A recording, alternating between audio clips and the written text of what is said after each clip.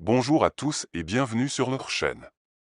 Aujourd'hui, nous allons parler de la décision de la Haute Cour militaire sur le mémoire relatif d'exception en inconstitutionnalité de Mangachuchu Edouard, partie prévue. La Haute Cour militaire a décidé de surseoir et de suspendre l'affaire. Cette décision a été prononcée ce 14 avril 2023, à la prison militaire de Ndolo, devant Mangachuchu Edouard, partie prévenue. Nous avons pu observer un sourire et une bonne humeur sur le visage de Mangachuchu Edouard après l'annonce de cette décision. Cette décision a été un vrai soulagement pour le député national Edouard Mangachuchu. Cette dernière a été très importante pour lui, car elle a constitué un moment de bouffée d'oxygène pour le prévenu. Après l'annonce de la décision, nous avons eu l'occasion de voir les réactions de Mangachuchu Edouard. Il a exprimé son soulagement en lâchant un petit « ouf » de soulagement. Ce fut une minuscule bouffée d'oxygène pour lui. Le prévenu Edouard Mangachuchu a pu profiter de ces moments de détente avec ses avocats après la décision de la Haute Cour militaire.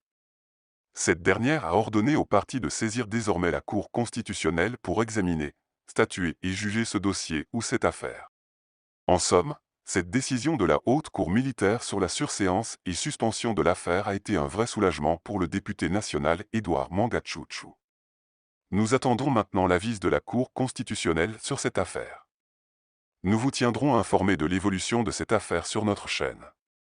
Merci de nous avoir suivis, à bientôt. Contradictoirement en audience publique à la majorité des voix des membres de sa composition.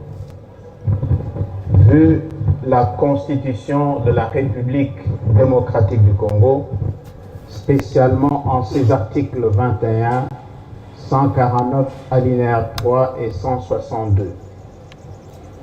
Vu la loi organique numéro 13 011-B du 11 avril 2013 portant organisation, fonctionnement et compétences des juridictions de l'ordre judiciaire. Vu la loi numéro 023-2002 du 18 novembre 2002 portant code judiciaire militaire en droit,